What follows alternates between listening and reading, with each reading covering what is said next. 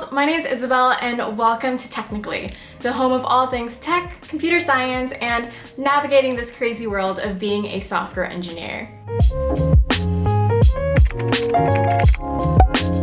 Today, I wanted to share 7 different ways that you can boost your resume as a software engineer during quarantine. Given the nature of COVID-19, we've seen people getting their internships rescinded, their job offers put on hold, and a lot of opportunities that you would normally have in a university setting when you're in person is no longer available. Stay tuned until the end of the video where I'll share how you can land a virtual internship at a Fortune 20 company, some of the biggest banks in America, and also at a Big 4 accounting firm, all within the space of technology and software engineering. So if you watched my last video, you know that I want to start off all of my videos with an interview prep question. If you haven't seen it yet, I personally highly recommend. I basically go into a little spiel about why I think it's important, and essentially because it's just an opportunity to practice your interview skills. So this was an interview question that I received when I was interviewing for 2 different positions. The first was software engineering in general, and also the technical PM or product manager role. I had never heard of it before, but it was essentially in an Explain Like I'm 5 format. Explain Like I'm 5 is to essentially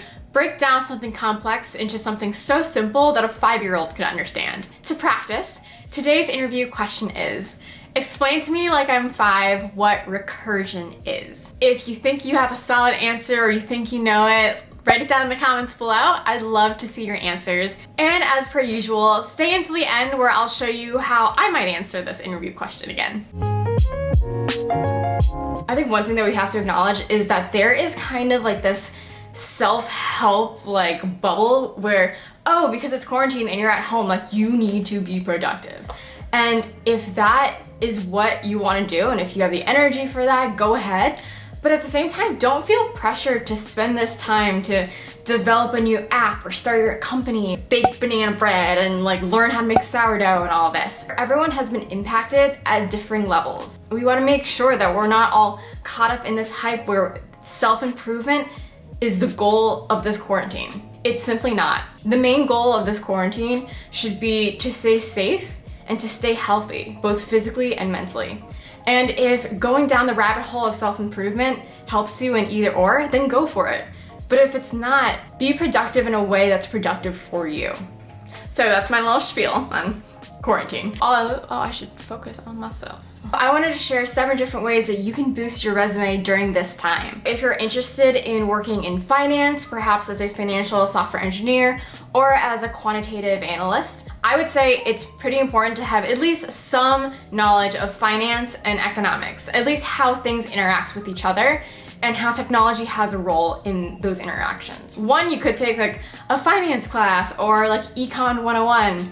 But at least with Econ 101, it's like a little bit theoretical, and so like maybe you just want to dive down into like the nitty-gritty. Something you might want to look into is the Bloomberg Market Concepts curriculum. It comes with a certificate, but it's not at the same level as like an AWS cloud certification. So I'm gonna call it a curriculum for the sake of this video. The BMC curriculum is about 10 hours long and it's entirely self-paced.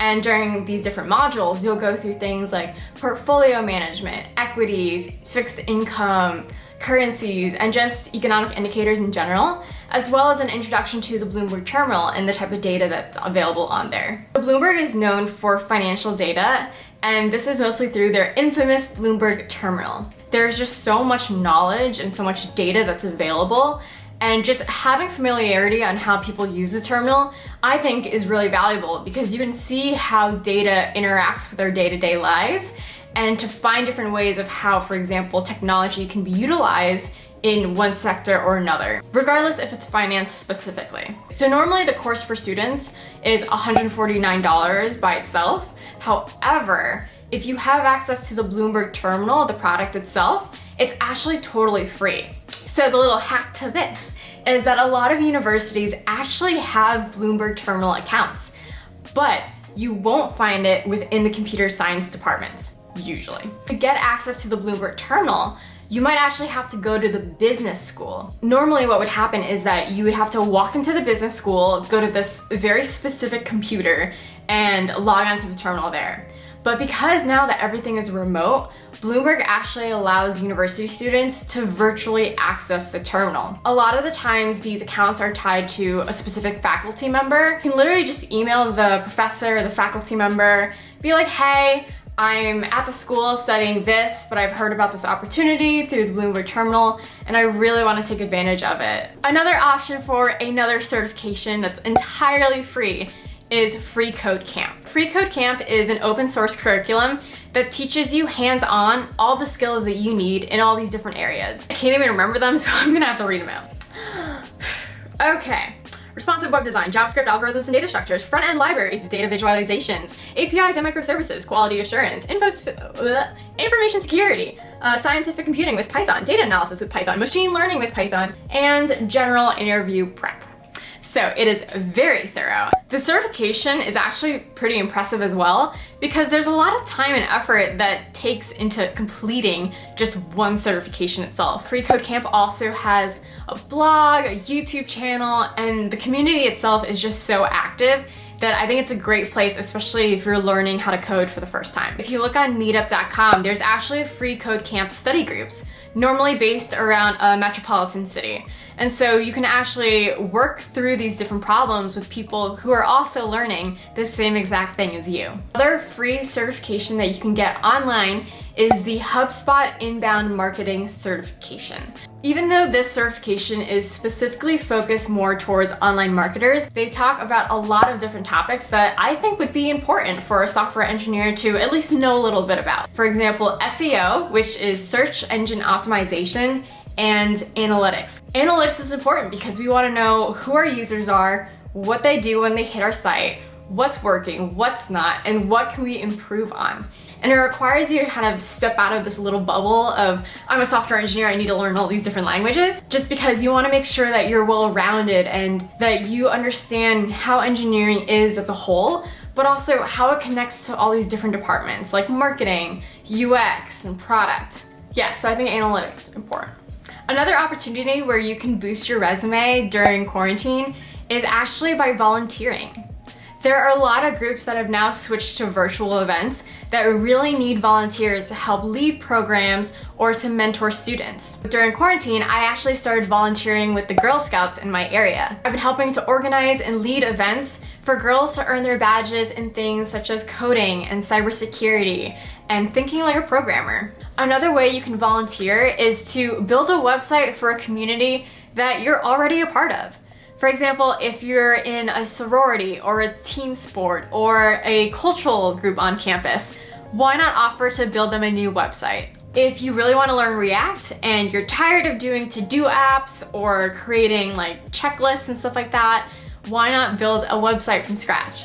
I think that when you're working on these type of projects where someone is expecting you to finish, I think that added pressure not only is like, oh crap, like I really need to work on this, but at the same time brings in this level of seriousness where there is an expectation there and you really want to meet or surpass that expectation. There are also plenty of resources online to both be a mentor and to find a mentor. For example, if you're on Facebook and you're Asian, you've probably heard of Subtle Asian Traits, which is basically a group for Asians to just post relatable memes, but there's actually a subgroup of that called Subtle Asian Networking. So within Subtle Asian Networking, there's actually a mentorship component where you can build a profile to become a mentee and find a mentor within your specific job area. So all of the mentors available on Subtle Asian Networking are all volunteers, and so they actually really want to help other people grow in their careers. Finding a mentor is also a great way to find what it is you really want to do and how to get there later down the line. Another thing that you can put on your resume, and also specifically your LinkedIn account, are LinkedIn Learning certificates. So LinkedIn Learning, or as it was formerly known as Lynda, is an online platform that literally teaches you anything. Cloud training, databases, learning, for example, Python, how to improve your photography skills, or how to paint. There are actually learning paths that you can follow. They basically take and curate all of the courses they have into a specific curriculum that you can just follow through. And you actually get a certificate at the end for completing a learning path. So there are learning paths that include how to become a UX designer, how to be a Ruby on Rails developer, how to be a etc, etc. All very project and exercise based. So if you're someone who learns really well from going through examples yourself and kind of solving problems on your own, you can actually download the exact code that your instructor is working on, play around with it, make some changes, but they also have these challenges where they'll say, okay, like taking into consideration all the different topics we talked about, build this type of component. And then you try it on your own, and then the following video is an explanation of how they solved it. So I think it's really cool, and it gives you a lot of hands-on experience if you're learning a new tool or framework or just a programming language in general. One of my hacks for LinkedIn Learning, or Linda, is that you can actually watch videos at 2x speed. Now, I'm someone who can get distracted quite easily, and I find that I'm actually the most productive when I'm listening to things really fast, just because it really forces me to focus onto what the person's actually saying. And at the same time, it also makes me more efficient, or I think so, because I'm going through content quicker. So LinkedIn Learning isn't free. You have to have a monthly subscription to it, but there is a free 1-month trial. However, my biggest hack for this is that oftentimes if you go to your public library, they actually might have a free subscription to LinkedIn Learning tied in with your library card. I know that, for example, if you live in Boston, the Boston Public Library System actually has free accounts to LinkedIn Learning. You literally have access to all of this content for free. And also cloud computing. Now, in my personal opinion, between the 3 major platforms, which are Microsoft Azure, Google Cloud Platform, and Amazon Web Services, Amazon Web Services is actually the most popular cloud platform. A lot of companies are actually migrating to AWS for their cloud services. And so I think having that experience and understanding a little bit more about it would be really useful for your resume. If you go onto the AWS training website, they actually have a free course for the AWS Cloud Practitioner certification. Now, the exam itself is about $100, but the course is entirely self-paced and entirely free. So you can actually learn all the skills that you need for the exam and say if you think it's practical for you financially and career-wise to get that certification, then by all means do so and spend the money. In the AWS Cloud Practitioner certification prep course, you'll go over things such as AWS services, cloud computing in general, as well as cybersecurity on the cloud. So now the juicy part, how to get a virtual internship at a Fortune 20 company, one of the biggest banks in America, or at a Big 4 accounting firm within technology and engineering. So there's actually a platform called Inside Sherpa that offers all of these different internship experiences completely virtual and open to anyone. I think it's really cool that companies are starting to use these virtual internships as opportunities to show people what it's like to work at this company. I think a lot of the times it can be completely out of the picture to even spend 3 or 4 months in an expensive place like New York City. You have no subsidized housing, you're literally on your own, you have to fly there in the first place, and it's just not possible for many people out there. And so what's great is that you can have those experiences simply at home.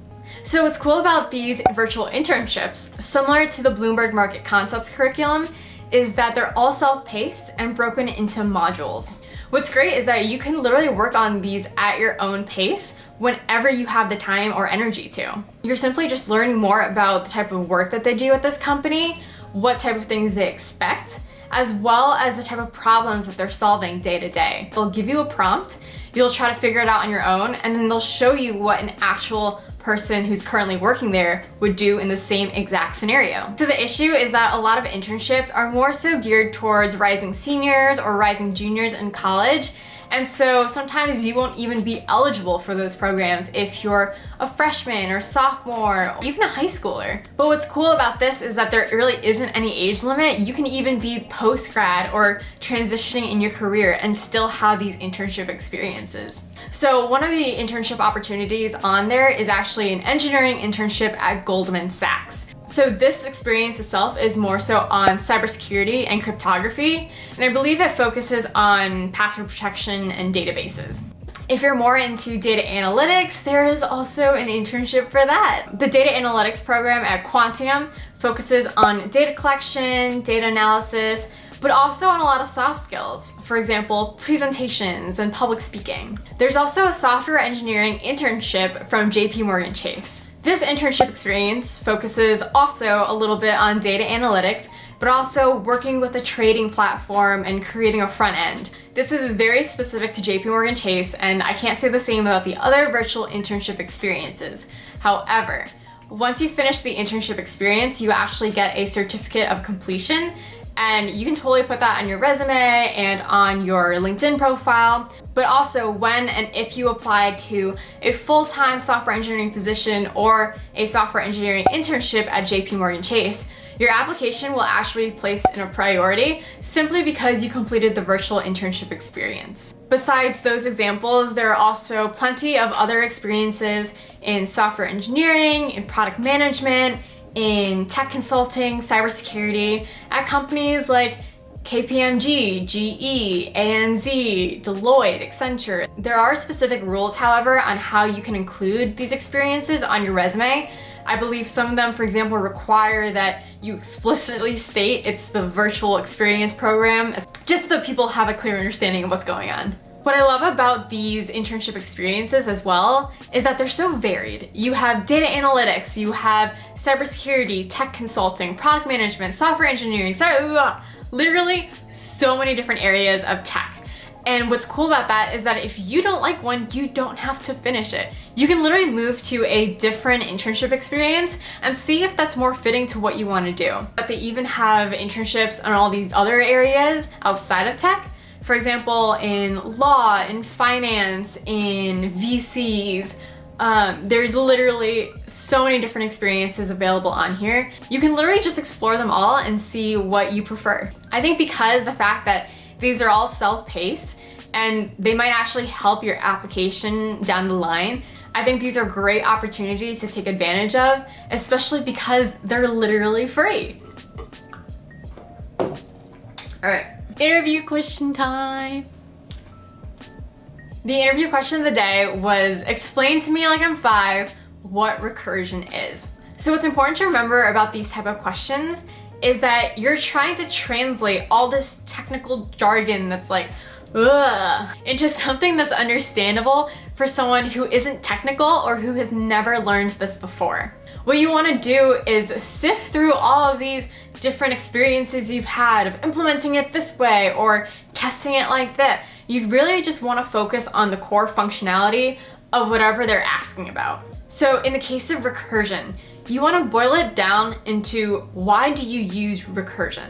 So recursion is used when you have this really big problem that seems really complex, but when you break it down, it's just the same small problem over and over and over again. So by solving the smallest part of that problem and just calling it multiple times, you're actually solving the giant problem as a whole. So a lot of the times you'll see factorials being an instance where people use recursion to figure out what is the factorial of 23. I don't know. You're breaking down something really big into one single step that can be repeated multiple times to solve the problem. Of course, there are other nuances and details you can add, for example, the call stack, the base case, etc. But again, we just want to boil it down to super simple terms. You're explaining the concept of it, not how it works. So why these questions are really important to think about is that as an engineer, you're not just in this bubble and working with other software engineers. You're literally going to be working with business analysts, with UX and UI designers, product managers, etc. And they might not have the technical acumen to understand all of these little nitty-gritty details. All of a sudden, you're spitting out things like microservices and APIs and SOAP and SPA and people are just gonna be confused. People don't care about the small details. They care about big picture understanding. If there are other opportunities that you've explored during quarantine, let me know what they are. I'd be super interested to know. But yeah, thank you for watching and I will see you next time. Okay, bye.